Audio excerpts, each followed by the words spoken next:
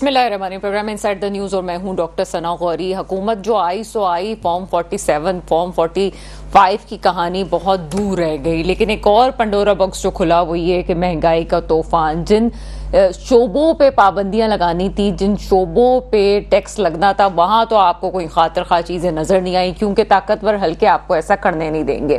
जिनको आप स्क्विज कर सकते थे, जो मजबूर हैं, जिनकी तनख्वाहों में से ऑलरेडी टैक्सेस कट जाते हैं, उनको आपने बड़ा मजबूर कर दिया, मजीद पीस दिया। मैं अपनी मिसाल दे दूं, मेरी तनख्वाह में से भी एक बड़ी रकम जो है वो टैक्स पे जाती है। अब वो टैक्स आप कटता है यहाँ से हुकूमत के पास है, उसके बाद अगर आप रिटर्न जमा करवाना चाहें तो रिटर्न की भी कोई आपके पास खातिर खा पॉलिसीज मौजूद नहीं है। वो तो जनाब एक मामला हो गया। फिर अगर आप रोजमर्रा इस्तेमाल की जरूरत की चीजें खरीदें तो उस पर आपको मजीद टैक्स देना है। और फिर सिंध में जो टैक्स लिया जाता है उसका तो कोई हिसाब किताब ही नहीं है कि जो दुकान वाले आपसे टैक्स ले रहे हैं उसमें क्या हुआ। इसके बरक्स रिटेलर, जो कि पाकिस्तान की मईशत में 80% रिटेलर्स वो है जो कि टैक्स मद में शामिल ही नहीं हो रहे, यानी कि वो जो चीज दे रहा है वो उस पर तो वो टैक्स ले रहा है, लेकिन खुद वो जो कारोबार कर रहा है उस पर कोई टैक्सेस मौजूद नहीं है। आपकी पॉलिसी इस मुल्क को चलाने की 25 साल और 50 साल की प्लानिंग होनी चाहिए। यहां तो आप अगर मुल्क चला रहे हैं तो आपके पास 1 साल की भी प्लानिंग नहीं है कि आपको करना क्या, आपको नजर नहीं आ रहा होगा क्या, इससे क्या वही नतीजे निकलेंगे कि पेट्रोल की प्राइस जब बढ़ती है तो कराची वाला तो कम से कम पेट्रोल के उस पर आपको नजर आ जाता है कि जी मैं टंकी फुल करवा लूं, क्योंकि उसको ये फिक्र है कि वो एहतजाज करेगा कि रोटी खाएगा, उसको दूसरे दिन की फिक्र है। उसको अब ये फिक्र नहीं रही है कि आगे पाकिस्तान में वो किस तरह से सर्वाइव करेगा या पाकिस्तान के लिए क्या करेगा। क्योंकि आपने, स्पेशली मैं अगर कराची की बात करूं तो आपका 80% बच्चा जो है ब्रेन ड्रेन का शिकार है। ब्रेन ड्रेन का मतलब है कि आप 25 साल में आप यहाँ के बाइख्तियार नौजवानों को खो रहे हैं जो कि वो बाहर जाके सर्व कर रहे हैं। दूसरे आज टॉपिक पे जो बात करेंगे वो है पीटीआई में मुख्तलिफ धड़ों की बात। और पीटीआई के जब मुख्तलिफ धड़ों में जो 6 लोग थे उनको आज कैदी नंबर 804 से मिलवाने की कोशिश की गई। खान साहब ने जनाब तमाम लोगों को बुलाया, एक चिट चैट करनी थी उनको, लेकिन उसके बावजूद 4-5 घंटे उनको धूप में खड़ा किया गया, लेकिन उसके बावजूद भी उनको मिलने नहीं दिया गया। इसका इल्ज़ाम ये लगाया गया कि चूंकि वो चाहते हैं कि इनमें जो है इख्तलाफात ख़त्म ना हो, इस वजह से ऐसा किया गया है। दूसरी बात कुछ करेंगे, यहाँ पे जो पंजाब की असम्बली है उसमें कुछ सीटें ऐसी हैं जिसमें सूबाई असम्बली की 20 सीटें और एक कौमी असम्बली की सीट, जिसमें ये रिपोर्ट आ चुकी है कि अभी तो फॉर्म 47 सामने आए नहीं थे, उससे पहले इलेक्शन कमीशन ने उसका ऐलान कर दिया। उसमें कुछ ऐसे भी हल्के हैं जिसमें मुस्लिम लीग नून की आला क़यादत भी शामिल है। इसके क्या नताइज निकलेंगे, तमाम मौज़ूआत पे बात करते हैं। मेरे साथ इस वक्त मौजूद हैं शारिक जमाल साहब, मेंबर सूबाई असम्बली MQM से। प्रोग्राम में आपको वेलकम करते हैं। शुक्रिया। और मुझे ज्वाइन किया है जुल्फ़िकार अली बदर साहब ने, पीपल्स पार्टी से आपका ताल्लुक है, और साथ साथ नुसरत मिर्जा साहब भी मुझे ज्वाइन करेंगे, आप सीनियर तज्जियाकार हैं। सबसे पहले आपकी तरफ आते हैं शारिक जमाल साहब। महंगाई की सूरत हाल कराची में खास तौर पे कोई भी चेक लिस्ट नहीं है। अगर पेट्रोल की प्राइस बढ़ती है तो ऑलरेडी जितनी मैंने बातों का जिक्र किया, उसके साथ एक और तड़का ये है कि अगर महंगाई बढ़ जाएगी तो वो तमाम चीज़ों पर पेट्रोल की प्राइस बढ़ने के साथ मजीद इजाफा होगा। क्या गवर्नमेंट को पता नहीं है? और अगर सिंध में अगर ऐसा कोई निज़ाम है, कराची में ऐसा कोई निज़ाम है, तो क्या आप उससे मुतमईन है कि चेक एंड बैलेंस है यहाँ पे? देखिए, सबसे पहले आपने जो जितने भी आपने इंट्रो पे कहा बिल्कुल सही बात है, और आवाम की ये जेन्युइन परेशानी है। ख़ास तौर पे अगर मैं सिंध का नुमाइंदा हूँ, मैं सिंध की बात करूँगा और शहर कराची से मैं इलेक्ट हुआ हूँ, तो ये बिल्कुल आवाम के लिए जो अभी जो दर्द सर है ना, महंगाई तो है, और साथ में महंगाई के साथ जो ये बिजली वालों ने, के इलेक्ट्रिक ने जो अभी एक नया बम गिराया है। मैं आपको कल की मिसाल देता हूँ, मेरे ऑफिस में काफ़ी सारे कंप्लेनेंट आए जो अपने 2 महीनों के बिल लेकर आए थे, एक पिछले लास्ट मंथ का और इस मंथ का। वो मुझे बोलते कि मेरा 201 यूनिट का बिल आया, के इलेक्ट्रिक ने मुझे कर दिया 8,500 रुपये का बिल, कि भाई अगर आपका 201 यूनिट 1 यूनिट बढ़ गया, इसकी वजह से आपके 3,500 रुपये बढ़ गए। तो कह रहे हैं, उन्होंने मुझे बोला कि मैंने फिर एहतियात करी और इस महीने मैंने एहतियात करके 175 यूनिट का मेरा बिल आया, तो मगर मेरा बिल फिर भी 8,500 का आया। जब मैं के इलेक्ट्रिक के दफ्तर गया तो उनसे मैंने पूछा तो उन्होंने बोला 6 महीना बिल आपका ऐसे ही आएगा, आप चाहे बिजली जितना भी यूज करें। तो ये देखिए, ये कहाँ का इंसाफ है। मतलब ये तो खुलेआम, मैं कह रहा हूँ, दहशतगर्दी है, तो माशी खतरा है ये लोगों को। ये देखिए, चेक एंड बैलेंस नहीं, जो आप रिटेल की प्राइस बात कर रही हैं, डीसी बैठे हुए हैं, हर कोई बैठा हुआ है, हम लोग सबकी तनख्वाहें दे रहे हैं, अच्छी तनख्वाहें, अच्छी मराद लेके बैठे हुए हैं। ये मतलब कोई ऐसी चीज नहीं है कि इन सबको बेहतर करने के लिए कि हमें कर्ज चाहिए IMF से, हमें इन सबको लोगों को नौकरियों में भर्ती करना है और फिर हमने उसको लागू करवाना है। असल में तमाम लोग जो हैं अपनी ड्यूटी करने को ईमानदारी से तैयार नहीं है, अपने एसी वाले कमरे को छोड़ने के लिए तैयार नहीं है। अब जो आवाम देखती है ना, आवाम देखती है कि मैंने इसको इलेक्ट करवाया है, मेरे तमाम मसाइल यही एमपी यही एमएनए हल करेगा। उनको ये भी बेचारों को नहीं पता कि यार क्यों वो दर बदर की ठोकरें खा के वो एंड में उनको ये नजर आता है कि यार जो मुझे अवेलेबल है इलाके में, जो सुन रहा है, मैं उसके पास जाऊं।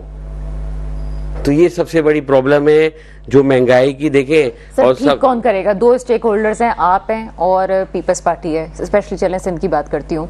अगर सिंध का जो मसला है, आपकी जो है वो वफाक में भी एक नुमाइंदगी, बड़ी नुमाइंदगी मौजूद है। क्या अगर आपको कराची वालों ने, सिंध वालों ने आपको सेलेक्ट किया है, तो क्या आप कराची के मसले को वफाक में नहीं उठा सकते? बिल्कुल उठा सकते हैं, उठाए भी हैं। आपने देखा होगा कि अभी लास्ट हमारा बजट सेशन पूरा हुआ, हमारे तमाम मेंबरान की तकारीर में सिर्फ कराची की बात थी और अवाम की बात थी। अभी तो हम बात ही सियासत, देखिए सियासत होती रहेगी। पीपल्स पार्टी, एमक्यूएम, पीटीआई, नून लीग, जमात इस्लामी में कहते तो सियासत होती रहेगी। हमारी सियासत में, हम सबकी सियासत में अवाम को क्या रिलीफ मिल रहा है, मेरा ये सवाल है। हम कहते हैं, हम तो बोलते हैं, हम तो बरहा कल भी मुस्तफा कमाल भाई ने एक प्रोग्राम में कहा कि भाई हम सबके साथ बैठ के बात करने को तैयार है, इख्तलाफ अपनी जगह, हमारी जीतने से या हमारी सियासत से अवाम को क्या रिलीफ मिल रहा है, नहीं मिल पा रहा।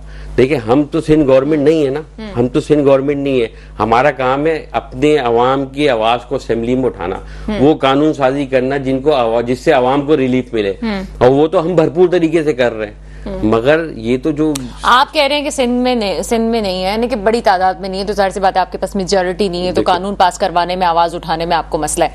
लेकिन आज जो एक बड़ी जबरदस्ती नया एक मेरे ख्याल है बाप खुला है कि मुराद अली शाह साहब ने ब्रीफिंग दी और वो सामने खड़े होकर सब बता रहे थे कि उन्होंने क्या क्या मनसूबों पे काम किया, क्या वो कर रहे थे।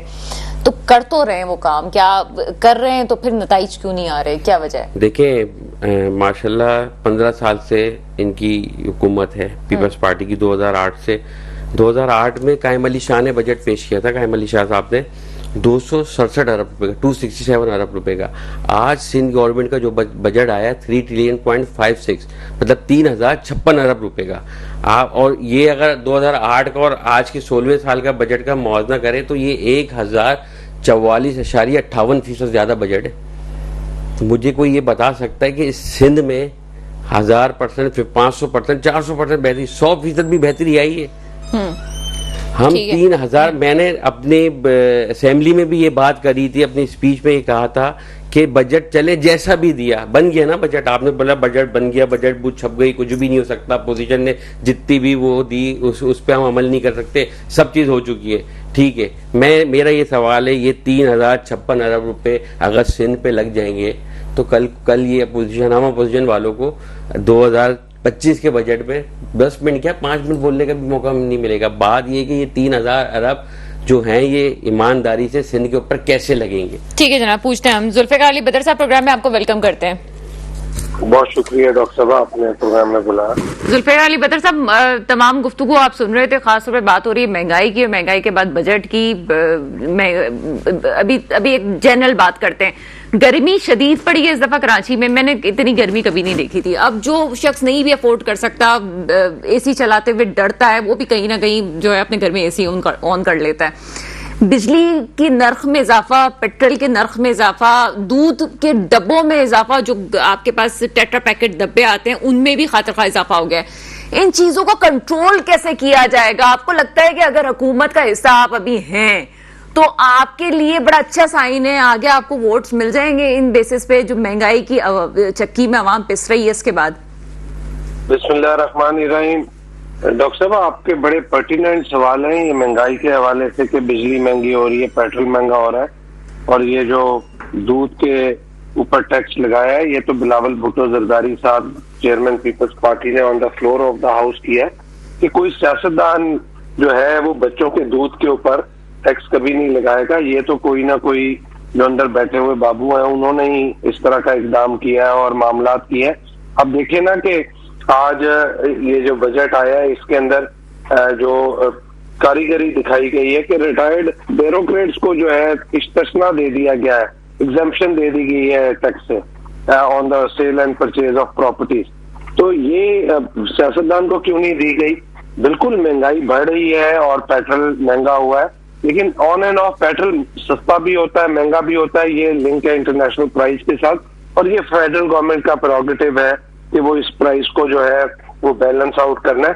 Peoples Party is not a part of federal government, but हमारी सपोर्ट से फेडरल गवर्नमेंट बनी हुई है और हमने जो है वोट किया है, तो इसकी वजह से प्राइम मिनिस्टर शहबाज शरीफ साहब बने हैं और उनको मौका दिया है कि वो अपनी यहाँ पे सुल्फा अली बदर साहब, मैं कतई कलामी माजरा चाहती हूँ, एक छोटे से सवाल का जवाब देती हूँ, उसके बाद आगे आप अपनी कंटिन्यू कीजिएगा। फिर तो यही बात होगी, जिस तरह से सुन्नी इत्तेहाद को पीटीआई का हिमायत याफ्ता जो कहा जा रहा है, इसी तरह से आप भी जो है वो नून लीग के सिर्फ हिमायत याफ्ता ही रह गए।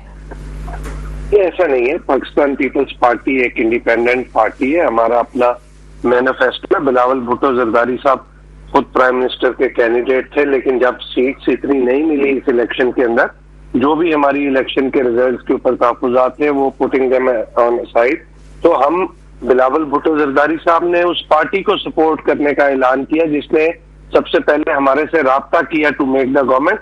और उस सारी चीज के अंदर वो हमारे सियासी मुखालफिन भी थे, हमने उनके मुखालिफ इलेक्शन भी लड़ा और आइंदा भी लड़ेंगे, ऐसी चीज नहीं है। लेकिन बात कहने की है, पार्लिमानी और जमहूरी निजाम को चलाने के लिए ऐसा किया।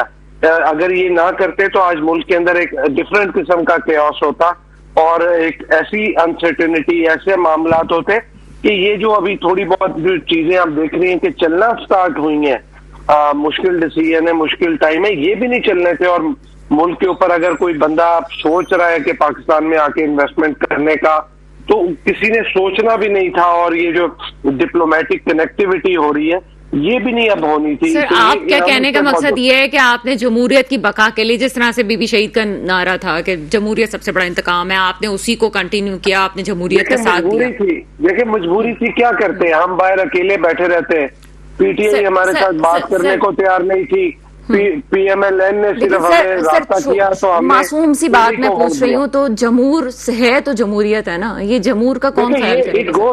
देखिए इट गोज विदाउट सेइंग के अवाम के बगैर हम कुछ भी नहीं है। ये मुल्क है, ये मुल्क के अंदर अवाम है, तो फिर इस मुल्क में सियासत है, फिर सियासी पार्टियां हैं, फिर सियासी लीडरशिप है। उसके बगैर किसी का कोई जो है, आप समझ लें कि मीनिंगलेस है यहाँ पे होना, कि हम ये समझें पाकिस्तान पीपल्स पार्टी की लीडरशिप इस चीज को समझती है, लेकिन हमने यहाँ पे निजाम को बचाने और जमहूरी और आईनी और पार्लिमानी निजाम को चलाने के लिए ये जो है मुश्किल स्टेप लिया है और इसके अलावा कोई चॉइस ही नहीं थी। हाँ, हमारे से कोई और राब्ता कर लेता, हम उसके बारे में भी सोच सकते थे, लेकिन किसी ने राब्ता किया नहीं। अब महंगाई की तरफ जो आपका असल सवाल था, देखें ये महंगाई जो है ना, अभी आप कह रही थी कि एसी लगाने से कासिर होता है, मैं भी इस टाइम एसी के बगैर बैठा हूँ। बड़ी मुश्किल है, जितनी महंगाई बढ़ती जा रही है और जितनी महंगी बिजली होती जा रही है, आम आदमी का तो बरकस निकाला जा रहा है कि उनके पास तो चॉइस ही नहीं है। हमें तो कहीं सपोर्ट नहीं आती। आप ये चीज नोट करें कि ये जो बजट बनाया गया है, कौन लोग बना रहे हैं इस मुल्क में, प्रायोरिटी किन लोगों को दी जा रही है, प्रायोरिटी कौन डिसीजन मेकिंग कर रहा है? पॉलिटिशियंस तो मेरा ख्याल से दे आर पावरलेस, वो उनको तो पता भी नहीं होता कि जिस तरीके से ब्यूरोक्रेट्स उनको करते हैं। इस मुल्क में अगर अदालतें को फैसला करने से कासिर होती है या अदालतों के ऊपर बर्डन ज्यादा है, अगर यहाँ पे ब्यूरोक्रेट्स और पुलिस लोगों को इंसाफ मुहैया करना शुरू कर दे और फैसले करने शुरू करें, तो 95% of the people they won't go into the courts of. Sir, ये मेरे लिए एक नई अचंभे की बात है। आप कहने के पॉलिटिशियंस कुछ नहीं कर सकते, ये मेरे लिए अचंभे की बात है। सर एक जुमला सेंट्रल गवर्नमेंट के हवाले से बात बता रहा हूँ। सर एक जुमला, आपने प्रायोरिटी की बात की, तो ये तो सब जानते हैं कि आईएमएफ ने ये नहीं कहा था कि तनख्वाहदार तबके पे टैक्स लगाया जाए। उन्होंने ये जरूर कहा था कि जनाब टैक्सेस के निजाम को बेहतर किया जाए। तो क्या पीपल्स पार्टी के बिल्कुल ही हाथ बंधे हुए इस मामले में कि उसने ये नहीं कहा कि जनाब नहीं करो, इस तरह से रोक लो इन चीजों को, ये नहीं कहा गया है, इसको इस तरह से ले। आपके पास भी तो मईशतदान मौजूद है, आपकी गवर्नमेंट आती तब भी तो आपके पास कोई ना कोई ऐसा सब्स्टिट्यूट होता जिसको आप उस सीट पे बिठाते। देखिए, पाकिस्तान पीपल्स पार्टी के पास बिल्कुल ऐसे लोग हैं और बिलावल भुट्टो जरदारी साहब ने इस पे आवाज भी उठाई कि तनख्वाहदार तबके के साथ ज्यादती हुई, 35% से टैक्स बढ़ा के 45% कर दिया गया।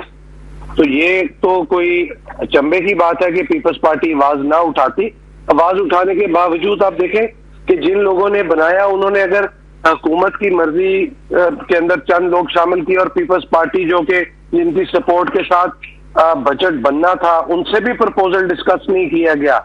और फिर जो लोकल स्टेक होल्डर्स है, चैम्बर ऑफ कॉमर्स से, डिफरेंट एसोसिएशन थी या federation of Pakistan chamber of commerce थी, उनकी बजट प्रपोजल्स आती हैं और उनको कंसिडरेशन में रखा जाता है।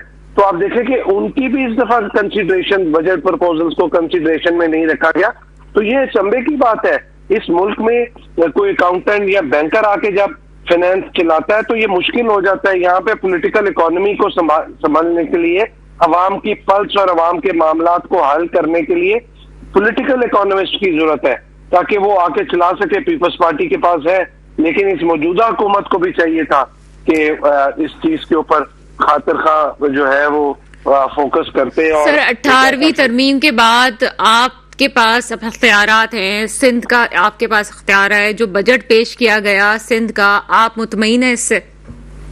बिल्कुल, मुराद अली शाह साहब इज अ एक्सपीरियंस्ड पर्सन, उन्होंने विजन सिंध लॉन्च किया है और उन्होंने जो बजट दिया है, आप देखें हेल्थ और एजुकेशन के नंबर्स देखें कि कितने बढ़ाए हैं। और NICVD 10 काम कर रहे हैं, SIUT है, उसकी ब्रांचेस खुली हैं, गवर्नमेंट इंस्टीट्यूट है, लंग्स ट्रांसप्लांट हो रहा है, किडनी ट्रांसप्लांट हो रहा है, लिवर ट्रांसप्लांट हो रहा है, पूरी दुनिया से लोग आ रहे हैं, पूरे पाकिस्तान से लोग आ रहे हैं, इट्स फ्री ऑफ कॉस्ट। और कैंसर का इलाज हो रहा है और वो साइबर नाइफ टेक्नोलॉजी और रोबोटिक्स की वजह से हो रहा है। यहाँ पे ट्रांसपोर्ट के ऊपर जो है वो ट्रांसपोर्ट के शोबे को रिफॉर्म्स लाए जा रहे हैं, बेहतर ट्रांसपोर्टेशन अवाम को मुहैया की जा रही है रोड्स के ऊपर।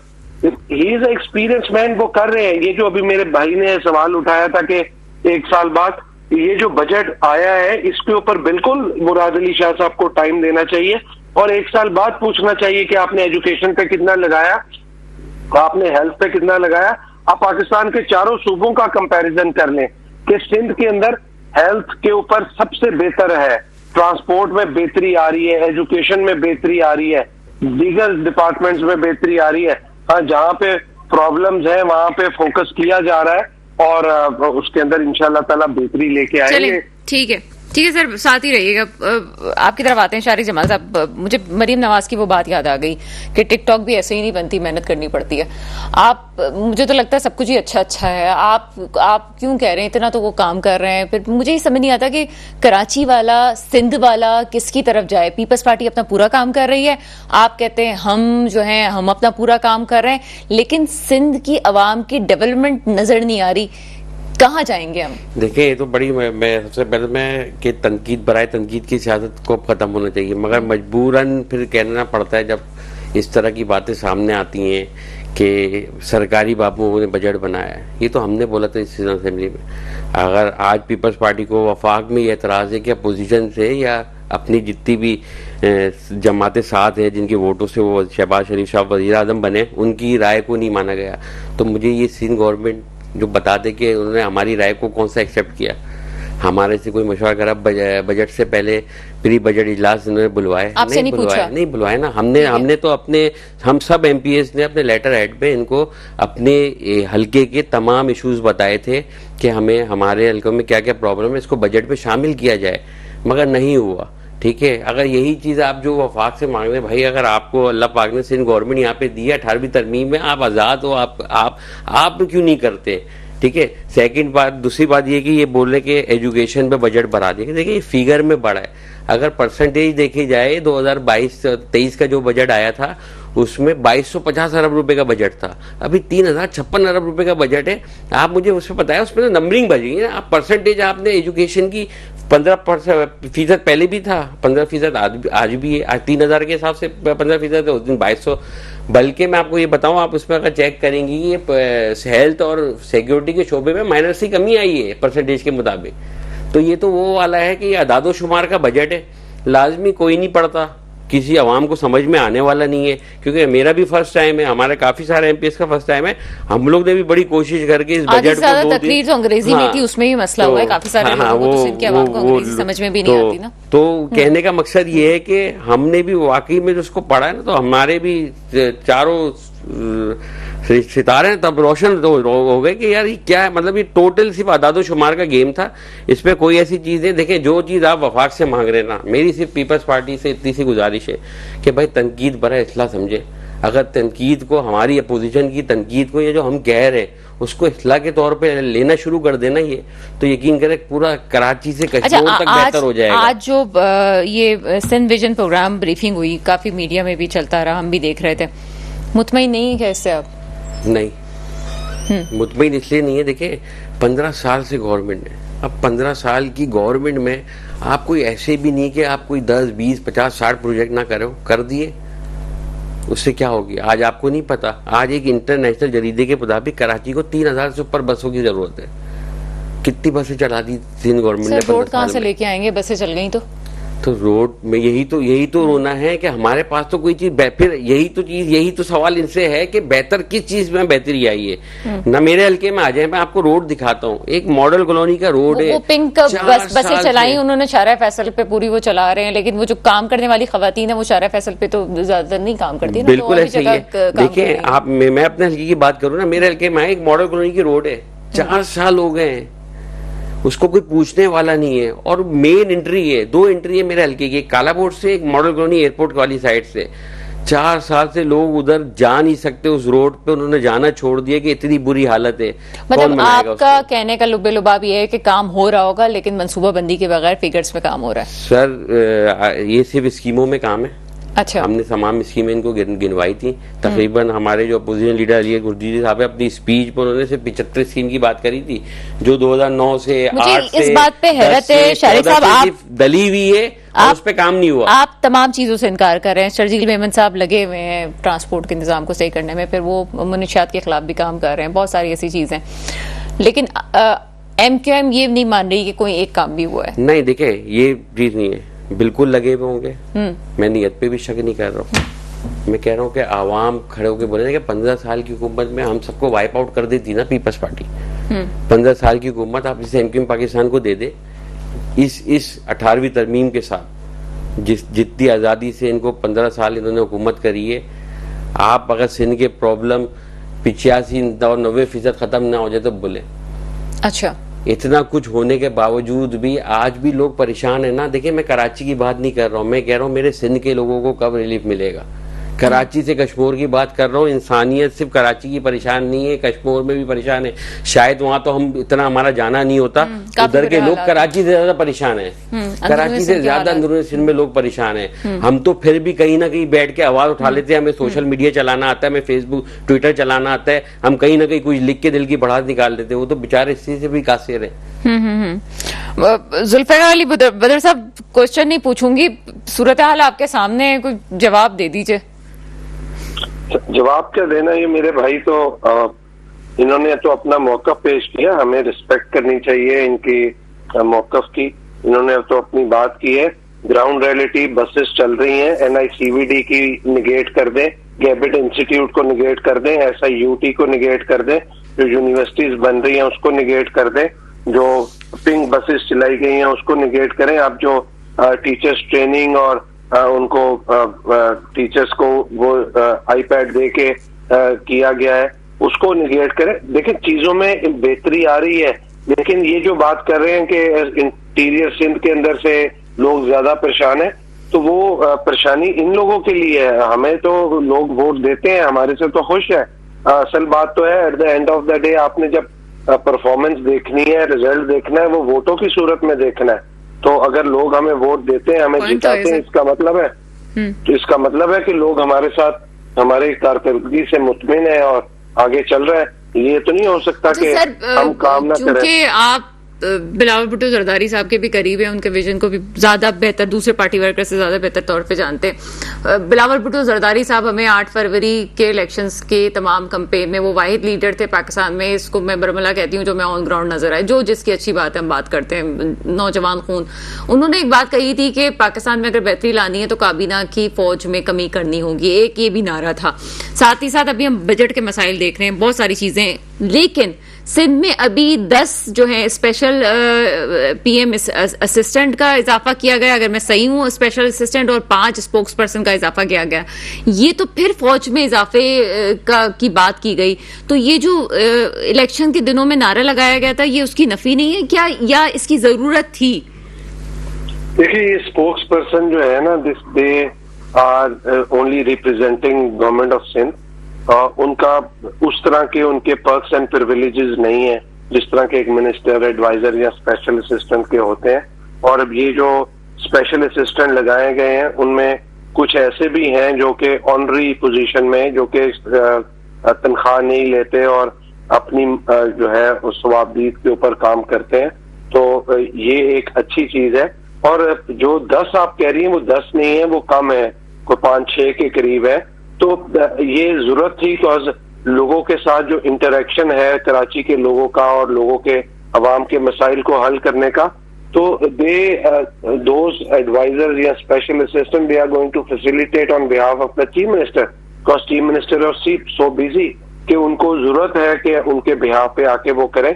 तो मैं समझता हूँ कि ये चीफ मिनिस्टर की सवाबदीद है कि वो अपने बिहाफ के ऊपर किसी को भी, मेरा ख्याल है कि बहुत अच्छी तरह से आपने इस बात को डिस्क्राइब किया। अगर मीडिया में ये चीजें रिपोर्ट हो रही हैं तो उसको सामने आना जरूरी था। और अगर आप कह रहे हैं कि 10 नहीं या कुछ और कम है, तो ये भी मेरा ख्याल है कि आपके मीडिया सेल को भी देखना चाहिए क्यों मीडिया में और हर जगह ये बात है, इवन एक अखबारों में भी छपी है कि 10 की तादाद, तो पूरा टोटल 15 तादाद में इजाफा हो रहा है। और जिस तरह आपने कहा कि कुछ ऑनररी हैं, ये बात भी अभी क्लियर नहीं हुई है। तो मैं आपको भी ये सजेस्ट करूंगी कि इस बात को क्लियर करें। जुल्फिकार अली बदर साहब, बहुत शुक्रिया आपका। पीपल्स पार्टी की एक अच्छी बात यही मुझे लगती है कि बड़े तामुल से आगे जो है वो बात का जवाब जरूर दे रहे होते हैं। एक छोटा सा ब्रेक है, ब्रेक के बाद आपके सामने हाजिर होते हैं। ब्रेक के बाद आपके सामने हाजिर हैं, और चूंकि एमक्यूएम की नुमाइंदगी हमारे साथ मौजूद है और जाहिर सी बात है कि स्टेक होल्डर हैं बीपी कराची वाले, अगर कोई मसले को देखना चाहें तो वो एमक्यूएम की तरफ देखते हैं। सर, कराची में खास तौर पे कराची के बच्चे के साथ एजुकेशन के बड़े मसाइल हैं। फर्स्ट ईयर के जब एग्जाम्स हुए, जो बच्चे आज सेकेंड ईयर का पेपर दे रहे हैं, उनके नंबर्स कम कर दिए गए, उनको बाकायदा फेल कर दिया गया। और फेल करने के बाद ये कहा गया कि उनकी कोई मशीनों में खराबी थी, और उसके बाद उनको खैराती तौर पर पास किया गया। क्या इस मामले को कोई ये समझ रहा है कि अब वो बच्चा जब सेकेंड ईयर के एग्जाम्स देगा तो वो किसी प्रोफेशनल फील्ड में, इंजीनियरिंग में या एमडी कैट में, उसको गवर्नमेंट की तरफ से पास कर दिया जाएगा क्योंकि उसकी परसेंटेज तो कम है?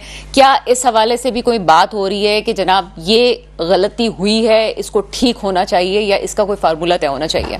देखें, ये आप बिल्कुल सही बोल रही हैं, नहीं हो सकता ना।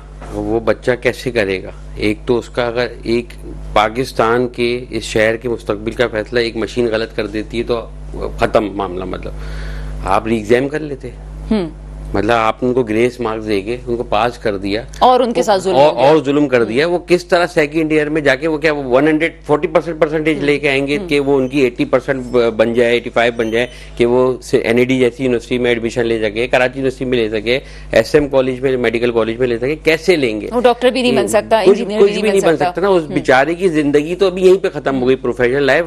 वो तो हार मान जाएगा। और आपने देखा भी उस टाइम कितने बच्चों ने खुदकुशी भी करी, बिल्कुल ऐसा ही हर चीज हुआ। मगर उस टाइम आपको पता है इलेक्शन नहीं हुए थे, हुकूमत एमक्यूएम ने बाहर आवाज, जब एमक्यूएम जब ये आवाज उठाती है ना, उसको पता नहीं क्यों लसानियत की तरफ लेके जाए।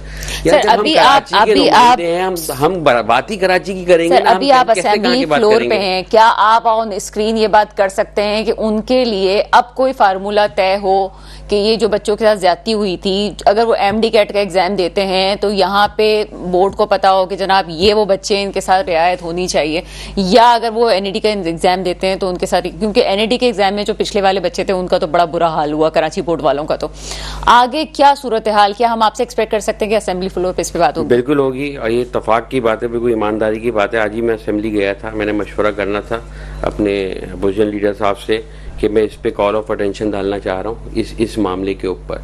तो उन्होंने बोला कि कल हम बैठ के बनाते हैं इस पे कोई ऐसी चीज़ कि वो चीज़, देखिए फिर बोलना नहीं है कि बोलने का मकसद हमने फर्ज पूरा कर लिया, उस पर कोई इतनी मजबूत आवाज़ हो कि या तो इस पे हमारे जो बड़े हैं अली खोजरी भाई पोजीशन, वो करे कि हम इस चीज़ पे कर रहे हैं। ये आज हमारी इत्तेफाक से हमारी मीटिंग हुई है। देखिए, मैं आपको स्कूलों की, मैं इस 9 मैट्रिक के पेपरों की बात बताता हूँ।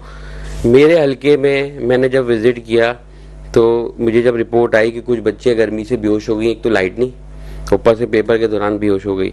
जब मैं एचएम के स्कूल के पास पहुंचा, मैंने कहा बच्चियां बाहर बैठ के बिना पंखों के कैसे, जो बरामदा होता है उस पर पेपर दे रही थी। तो कह रहे सर हम क्या कर सकते, हमारे स्कूल में 500 बच्चों की गुंजाइश है, बोर्ड ने ऑलरेडी हमारे पास 500 बच्चे लिख के दिए थे, हमें दे दिए।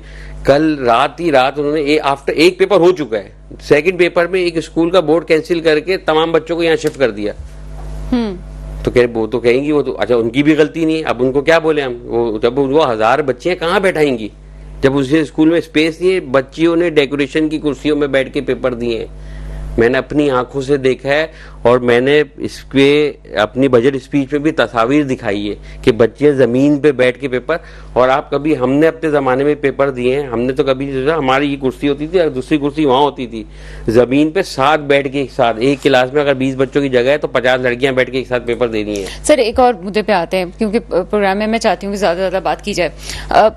मैं नाम नहीं लेना चाहती किसी इदारे का, लेकिन गवर्नमेंट के जो डॉक्टर्स हैं जो अंदरूनी सिंध से आ रहे हैं, आपका भी वास्ता पड़ा होगा, कराची वालों का वास्ता पड़ता है, क्या आप समझते हैं कि वो इस काबिल होते हैं कि उनको कैसे सीटें मिल जाती हैं, वो कैसे आ जा, मैं किसी के मुखालफत में बात नहीं करी कि कराची में हम भी सिंधी हैं, लेकिन क्यों ऐसा होता है कि जो डिजर्व नहीं करता उसको सीट मिल जाती है, जो डिजर्व कर रहा है वो बेचारा रो रहा है या खुदकुशी कर रहा है या मुल्क से भाग रहा है? मैडम ये कल की बात है, मैं आपको अब आफ्टर प्रोग्राम पिक्चर दिखा भी हूँगा। कल मैंने विजिट किया था अपने हल्के की सिंध गवर्नमेंट के हॉस्पिटल का, तो उसमें 12 लोगों की शिकायत, दवाएं जो हैं बाहर से डॉक्टर्स लिख के दे रहे हैं, सबके कमीशन से होते हैं, आपको पता है। मैंने खुद इमरजेंसी में एक हीट वेव का, हीट स्ट्रोक का पेशेंट है, उसको ऐसी ऐसी दवाएं लिखी जिसका कोई ताल्लुक ही नहीं है। एमएस ने खुद बुला के पूछा ये आपने क्यों लिखी, तो कह सर यूं। अब आप ये चीज़ बताएं ना।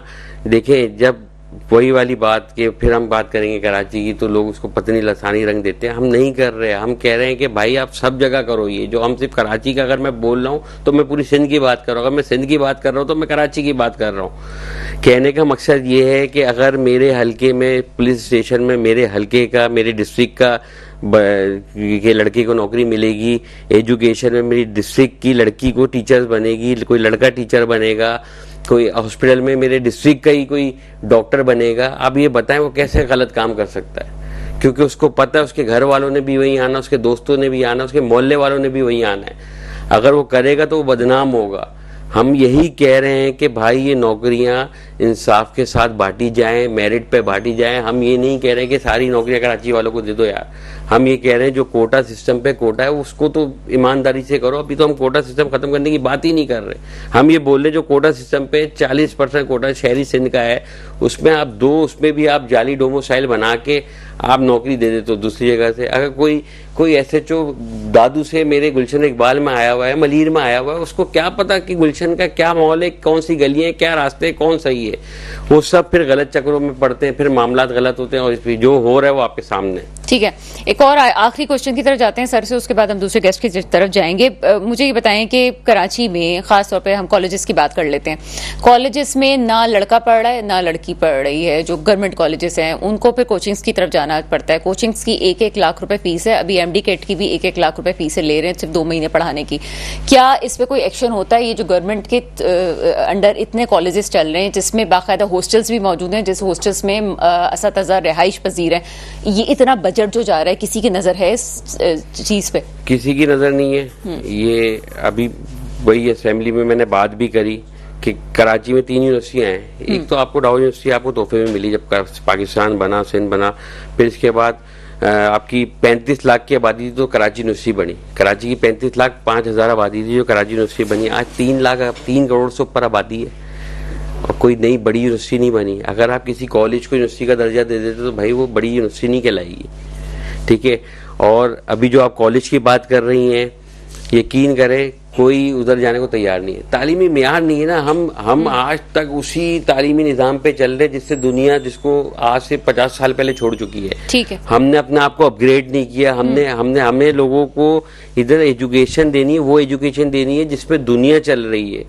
हम उसी किताबों पे लगे हुए, तो कहाँ से होगा। लाजमी हर किसी को अपना फ्यूचर बनाना है, और जिसके पास पैसे होते हैं और जो पेट काट के अपना बचा के बचत करके पढ़ सकता है वो प्राइवेट जा रहा है, और ये बड़ी अफसोस की बात है हमारे लिए। चलिए, हम ये तवक्का करते हैं एमक्यूएम से कि अगर वो सुबह असेंबली में है तो कम से कम पूरे सिंध के एजुकेशन के मसाइल को तो उठाए, जिस तरह से अभी बजट पास हुआ है। आगे चलते हैं। नुसरत मिर्जा साहब ने मुझे ज्वाइन किया ऐसा प्रोग्राम में, आपको वेलकम करते हैं।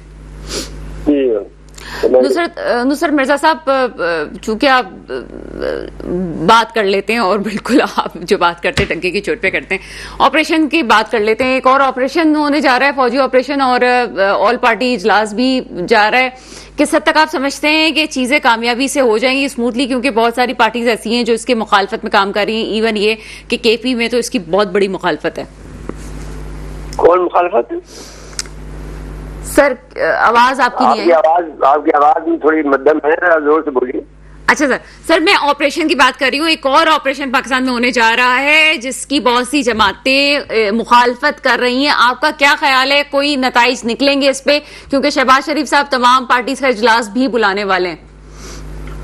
देखिए, अब जो जिस तरह की हुकूमत है उसमें कौन सा ऑपरेशन हो सकता है, मुझे समझ नहीं आता। खुद हुकूमत अपने खिलाफ अगर ऑपरेशन करना चाहती है तो कर ले, वरना तो बताए तो कोई किस किस्म का ऑपरेशन का ख्याल। सर, बड़ी बारीक बात कर दी आपने। हाँ, मतलब किस किस्म का ऑपरेशन यहाँ कर सकता है कोई आदमी? नहीं, ऑपरेशन जिनके खिलाफ होना चाहिए वो तो ये खुद है, तो बाकी किसके खिलाफ हो सकता है ऑपरेशन?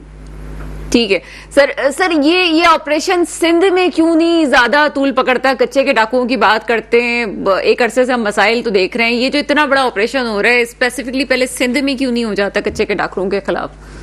देखिए, बुनियादी तौर पर मैंने जो बात आपसे करनी है वो मैं भी बात करता रहता हूँ, क्योंकि अब हम जमाने के आदमी नहीं है, पुराने जमाने के आदमी हैं। और बात भी ऐसी है कि कैसे ऑपरेशन हो, जब ये सिंध के अंदर, जब अब आप देखिए कि इस तरह सलीके के साथ में जिस वक्त बलूचिस्तान के जो बुक्टी खानदान के लोगों का मामला हुआ, तो सिंध के डाकुओं के दरमियान में, उनके दरमियान में जिस तरह सोशल मीडिया पर लड़ाई हुई है वो सबकी नजर में है। और अगर जो सोशल मीडिया पे बात हो रही है तो वो जो जिस किस्म की लड़ाई हुई है वो सोशल मीडिया रिकॉर्ड कर रहा है, तो आपका सिस्टम जो है ऑन नहीं है जिससे वो लड़ाई को देख सके और उन लोगों को पकड़ सके। तो इस बार दोनों साइड पे जो लोग भी हिस्सा ले रहे हैं उस लड़ाई के अंदर, उनको आसानी से पकड़ा जा सकता है, लेकिन कोई एक्शन नहीं हुआ। अब अगर ये इस किस्म की खुली लड़ाई जो सोशल मीडिया पे जिस तरह से पॉलिटिकल पार्टीज करती हैं, इस किस्म की लड़ाई अगर हो रही है डाकुओं के दरमियान में, या तो डाकू कर रहे हैं किसी दूसरी पार्टी के दरमियान में व्यक्तियों के खिलाफ, तो फिर कैसे, अगर उसके खिलाफ आप कार्रवाई नहीं कर रहे हैं तो फिर किसके खिलाफ कार्रवाई करेंगे? ये तो खुली आम लड़ाई थी। वो डाकू भी बाप ने जवाब दे रहे थे, वो लोग भी जवाब दे रहे थे। वो करके आगे देखो तुम्हें पता चल जाएगा कि हम कितने ताकतवर लोग हैं। वो कहते थे हम आपको हमला करेंगे, आपने हमारे आदमी को मारे हैं। तो अब ये सूरत ऐसी है तो सिंध में ऑपरेशन कैसे हो सकता है? आप खुद बताइए ना कि जब इतना खुले, उनको इजाजत है खुलेआम जो कार्रवाई करने की, सोशल मीडिया पर लड़ रहे हैं जो आसानी से पकड़े जा सकते हैं कहाँ पर लोकेशन है उनकी, कहाँ पर। आजकल का जमाना तो बहुत आगे चला गया, बहुत इजी से पता चल सकता है कि कहाँ से ये बात गुफ्तगू। सर, आप अपने आप को पुराने दौर का तो कह रहे हैं, लेकिन मेरा ख्याल है बड़ी आपने बात बड़ी स्पेसिफिक कर दी है। एक आदमी जब सोशल मीडिया पे बात कर रहा है तो उसकी लोकेशन को ट्रेस करना कौन सी बड़ी बात है, और इतनी आजादी क्यों दी गई है? एक और टॉपिक, मैं टेलीकम्युनिकेशन का इंजीनियर हूँ। मैं तो सबसे पहले ये जो आपको सिस्टम लेके आया हूँ जो जिस वक्त चल रहा है इस वक्त, तो मैं लेके आया हूँ सिस्टम पाकिस्तान में। तो पाकिस्तान में जो टेलीफोन को आजाद कराया, मैंने आजाद कराया जियाउल हक से कहकर, पर बाद में नवाशी ने इसको आजाद किया। तो वरना तो यहाँ पर तो टेलीफोन मिलना एक ऐसा आदमी था जैसा कि किसी प्रिविलेज क्लास को मिलता हो। हमने कहा भाई टेलीफोन में जब आदमी लगाएगा, अपने माँ को फोन करेगा, अपनी बहन को फोन करेगा, अपने दोस्त को फोन करेगा, 2 रुपए तो आपको मिल गए ना। उस जमाने में 2 रुपए मिलते थे एक फोन कॉल के। तो मैंने जियाउल हक को कहा कि भाई आप इसको क्यों रोके हुए हैं खामखा? आपके पास गुंजाइश मौजूद है, कैपेसिटी मौजूद है आपके टेलीफोन एक्सचेंज में, आप क्यों नहीं देते हैं? ये क्या मुसीबत लगा रखी है आपने? सर एक और टॉपिक की तरफ चलते हैं, एक और बात की तरफ आते हैं। इस वक्त के पीटीआई में इस वक्त धड़ाबंदी बहुत उरूज पे है। आज ये कोशिश की गई कि चेयरमैन पीटीआई की तरफ से तमाम लोगों को बुलाया गया और 6 अलग अलग जो धड़ों की अलग अलग बातें कर रहे हैं उनको बुलाया गया, लेकिन फिर भी इल्जाम है कि पीटीआई कहती है, उनके वर्कर्स ये कहते हैं कि जानबूझ के खान साहब से नहीं मिलने दिया गया ताकि मामला बेहतर ना हो सके। आपको इस बात में सच्चाई लगती है या ये पीटीआई के खुद ही अपने मसाइल हैं कि जनाब मिलके बैठना है तो खुद ही मिलके बैठो, या आप समझते हैं कि गवर्नमेंट की तरफ से हो रहा है सारा? देखिए, बात बुनियादी तौर पर दोनों बातें सही हैं, क्योंकि बच्चों इमरान खान साहब जो हैं वो कुछ सियासी आदमी तो है नहीं। सारी उम्र वो उन्होंने 6 विकेटों पर और 11 आदमियों पर खेल खेला। तो बुनियादी तौर पर वो सियासी आदमी तो ऐसा होता है ना, जो गली कूचे में भी जाता है, वो ठंडों में बैठ जाता है, नीचे गंदा नाला बह रहा होता है, तो वो पसीने में भरे हुए जो लोग होते हैं वो गले लगाता है। तो अब ये न जमीन के हैं न आसमान से हैं, ये बीच के लोग हैं, इनको पता भी नहीं है कि क्या होता है। तो सर ये जो तमाम जेल की सलाखों के पीछे जाना, पार्टी के मुख्तलिफ तीसरे दर्जे की क़यादत को आगे आना, आपको लगता है कि ठीक हो जाएगी पार्टी आगे अगर खान साहब बाहर आते? बात ये है कि देखिए, एक ये अलग बहस है कि इस वक्त मकबूल तो वही है, इसमें दो राय नहीं है। अब ये पूरे पाकिस्तान के अंदर जो कोई भी आदमी है, दुनिया के अंदर ये बात मानी जाती है, तुर्की ले लो, तुर्की के अवाम ले लो, दुनिया भर के मुसलमान ममालिक जो हैं, इवन गैर मुल्की जो लोग हैं जो यूरोप के हैं, या वो सब लीडर तो इमरान को ही मानते हैं। वो कहते हैं भाई लीडर अगर पाकिस्तान में कोई है तो एक ही है जिसको उन्होंने कैद में रखा हुआ है। और अब तो ये है कि कांग्रेस तक ने उसके खिलाफ एक बहुत बड़ी तादाद में वो पास कर दिया है। तो मैं वो जो आप ये बात जब आप ये कहें वो अलग बात है, लेकिन किस्मत भी है इस पूरी कौम की कि जिस आदमी को खुद पता नहीं है कि सियासत क्या होती है, उसको अपने लीडर मान रहे हैं, पता नहीं जाके खाई में गिरेंगे, गड्ढे में गिरेंगे, कहाँ जाके। तो सर दूसरे मायनों में ये आप कह रहे हैं कि करिश्मा होना जरूरी है पर्सनैलिटी का, तो ही आप लीडर बन सकते हैं, और अगर करिश्मा है तभी? देखिए ना, करिश्मा तो बात ये है कि पाकिस्तान में एक स्टैंडर्ड है। स्टैंडर्ड ये है कि अगर आप जेल में जाओगे और बड़ी बड़ी बातें करोगे तो वो आदमी लीडर माना जाता है। और शेर का पुत्र होना चाहिए आपको। शेर का पुत्र ये है कि भाई किसी के सामने सरेंडर नहीं हो। तो वो उसने वो सारी बातें साबित की हैं और अपने आप को जेल में भी रखा है और भागा भी नहीं है। जैसे नवाज शरीफ साहब को मजीद निजामी ने कहा भाई आपको जेल में रहना चाहिए था, उसने कहा जी हमसे भी तकलीफ बर्दाश्त नहीं होती। ये मजीद निजामी साहब मेरे बहुत गहरे दोस्त थे, जो उनके उस्ताद थे, नवाज शरीफ साहब के वालिद साहब के सियासी उस्ताद थे, तो जो कि नवाबाद के चीफ एडिटर थे। तो वो मेरे दोस्त थे, तो वो मुझे बताते थे इनकी बातें। तो उन्होंने कहा कि भाई इनसे कई दफा कहा कि भाई आप क्यों नहीं रहते, तो इनमें ये ताकत नहीं थी रहने की, तो लेकिन ये तो रह रहा है ना अभी। तो वो उस लिहाज से वो आवाम उसके शहदारी हैं। अच्छा सर, हैरान होंगे कि अगर वो सिंध में भी आया और अगर वोटिंग सही माने में हुई तो सिंध से भी जीत जाएगा वो। सर, मुस्लिम लीग नून की क़यादत के साथ आपका वक्त गुजरा है, आप पर्सनली मुलाकातें भी कर चुके हैं, अब आप पर्सनालिटी करिश्मा की बात करते हैं। बशीर भी रहा हूं ना, जी सर, ये आप पर्सनालिटी करिश्मा की भी बात हुई। मिफ्ता इस्माइल साहब भी मैदान में आ गए, शाहिद खाकाना बासी साहब भी मैदान में आ गए। क्या ये पार्टी वाकई कोई तब्दीली की तरफ जाएगी या फिर ये प्रेशर ग्रुप का काम करेगी, क्योंकि पर्सनैलिटीज में तो करिश्मा नहीं है, या आ सकता है? देखिए, शाहिद खाकान अब्बासी मेरा हम असर है। जिस जमाने में उनका मुशीर था तो ये जमाने में पीआईए के बन गए थे चेयरमैन, वो कराची में रहते थे। तो फिर उन्होंने ये किया कि उसी का मौलाना मौदूदी ने एक बहुत अच्छा जुमला कहा जब उनके मौलाना इस्लाही और दूसरे लोग निकले जमात इस्लामी से, तो उन्होंने ये एक जुमला बड़ा खूबसूरत जुमला कहा जो कि एक डॉक्ट्रिन बन गया कि मुझे मजमा नहीं चाहिए। जो खारजी लोग होते हैं जी जो निकल जाते हैं, जो पार्टी से निकलते हैं उसको खारजी कहा। उन्होंने कहा जो खारजी लोग होते हैं कभी भी दूसरी पार्टी नहीं बना सकते।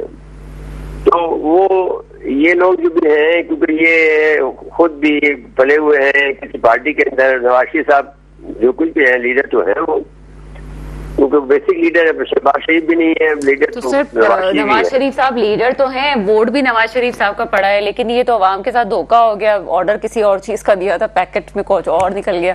तो शहबाज शरीफ साहब को तो वोट नहीं मिला, वोट तो नवाज शरीफ साहब को मिला है, लेकिन फिर भी बता रहे थे उसमें तो नवाज शरीफ भाई देखिए ना, पहला बागी तो नवाज शरीफ है ना जी, जो एस्टेब्लिशमेंट का जो बागी है। सबसे पहले कोशिश तो नवाज शरीफ ने 5 चीफ ऑफ आर्मी स्टाफ से लड़ाई की है। मैंने एक इंटरव्यू किया जब मैं सच टीवी में सच बात का मेरा प्रोग्राम होता था, तो मैंने जनरल मिर्जा असलम बेग से इंटरव्यू किया। तो मैंने कहा देखो ये आसिफ नवाज से लड़ा, आसिफ नवाज मेरा बहुत गहरे दोस्त है, जनरल आसिफ नवाज। फिर वो मैंने कहा जेके से जहांगीर कामा से लड़ा, फिर ये वो से लड़ा, वहीद काकड़ से लड़ा, फिर वो परवेज मुशर्रफ से लड़ा, सो। तो उसने कहा तुम मेरे नाम क्यों भूल जाते, सबसे पहले मुझसे लड़ा। तो बेसिकली तो ये एक जमाने में पाकिस्तान में मसला ये था कि पाकिस्तान के पास फौज के पास पैसे नहीं थे, तो यहाँ पर हम ये जो अमरीकियों ने एक सिलसिला शुरू कर दिया था, यहाँ पर हेरोइन का एक फैक्ट्री लगाई रखी थी जो अफवाह लड़ने के लिए रूस के खिलाफ। 2 काम थे उसके। मसला ये था कि एक तो इनको हेरोइन की बनाए रूसियों को, दूसरा है कि उससे पैसे कमाए और उससे पैसे से जंग लड़ेंगे। तो वो फिर ये इन्होंने भी सिलसिला शुरू किया। तो नवाज शरीफ साहब ने मुझे खुद बताया एक दिन के साथ, एक दो जनरल मेरे पास आए और मुझे कहा कि भाई हम ये हेरोइन बेचेंगे। तो उस जमाने में एक नुरेगा, एक जनरल नुरेगा था जो कि उसका एक साउथ अमेरिका के मुल्क का सरबराह था, वो हेरोइन बेचता था, ये CIA का एजेंट था वो। तो वो इसको गिरफ्तार कर लिया। तो एतजाज हसन ने यहाँ Pakistan institute of international affair में हम एक तकरीर करते हुए कहा कि 10 नोरेगाल ऑफ पाकिस्तान, कुछ 10 कोर कमांडर थे उस जमाने में, 10 कोर कमांडर पर इल्जाम लगाए थे एतजाज हसन ने कि ये लोग भी खुद स्मगलिंग करते हैं। तो अब वो उन्होंने नवाज शरीफ ने मुझसे कहा कि ये लोग मेरे पास आए और मुझे कहा कि साहब ये हम हेरोइन बेचेंगे ताकि हमारे फौज में काम चले। तो बेसिकली बात ये नहीं है, बात ये है कि नवाज शरीफ साहब बजाते खुद जो है वो तो सबसे पहले जिन्होंने अभी कोशिश की कि भाई मेरा हुकूमत, मेरी हुक्मरानी हो, मेरी बादशाह हो। मैं जब एक दफा नवाज शरीफ साहब से मिलने गया तो मैंने बड़ा मद्दा था, मुझे भी उनको भी 1 साल तक इनके साथ जुल्म हो रहा है। तो मेरी ख्वाहिश थी कि मैं फौज से इनकी दोस्ती करा दूं। मैंने जहांगीर से अब्दुल वहीद काकड़ से कहा कि तुम पंजाबियों से लड़ रहे हो, ठीक नहीं है, तुम पठान हो, तुम्हारे लिए अच्छा नहीं है, तुम दोस्ती कर लो। मैं नवाज शरीफ से मैंने ये बात की। तो नवाज शरीफ से उसने कहा अच्छा तुम मुझसे कहो कि फलाना काम कर दे तो हम इससे दोस्ती कर लेंगे। तो मैंने जाके नवाज शरीफ से कहा कि भाई तुम्हें लड़ाई नहीं करनी चाहिए, अभी इनसे मिलकर रहना चाहिए। तो इस पर नवाज शरीफ ने कहा मुझे मिर्जा साहब ऐसा नहीं है कि अगर मैं कर तो दूंगा, नहीं तो मेरी आवामी हिमायत में चली जाए। मैंने कहा भाई अब यहाँ पर रहने के बाद तो आपको ये काम करना पड़ेगा जब तक कि आवाम कहीं हो। तो इनका फैसला ये है कि जब तक कि आवाम इस काबिल ना हो जाए, कि 1962 में इन्होंने फैसला किया था कि जब तक आवाम इस काबिल ना हो जाए कि वो हुकूमत करने के खुद काबिल हो, उस वक्त तक हमें हुकूमत करने का हक है। तो अब ऐसी सूरत हाल में मैंने कहा आप कब तक लड़ाई कर सकते हैं इनसे। तो जाहिर है कि आप देख लीजिए थका के उन्होंने फिर उनसे दोस्ती की और फिर उनके जरिए से फिर हुक्मरानी किया। तो अब ये कोई भी नहीं कह सकता। चलिए बहुत बहुत शुक्रिया। हमारे साथ इस वक्त नुसरत मिर्जा साहब मौजूद है, शारिक जमाल साहब आपका बहुत शुक्रिया, आप हमारे साथ मौजूद है, जुल्फ़िकार अली बदर साहब आपका बहुत शुक्रिया। मसाइल बहुत हैं लेकिन उनको हल करना ज़रूरी है। सबसे पहले जमहूर है, तो जमहूरियत को अगर कायम करना है तो जमहूर का भी ख्याल रखना पड़ेगा। ये आप वो नौबत ना आने दें कि ये लोग जो हैं खुदकुशियों पर मजबूर हो जाएं और नफसियाती बीमारियों का शिकार होकर इस मुल्क की आबादी जो है वो तरक्की की राह में गामजन ही ना हो सकें। दुआ वही जो हमेशा होती है मेरे मुल्क पे हुक्मरान आए जो वाकई मेरे मुल्क के मुस्तकबिल की हिफाजत करें। इसके साथ ही प्रोग्राम का वक्त खत्म होता है, मुझे इजाजत दीजिएगा। खुदा हाफिज।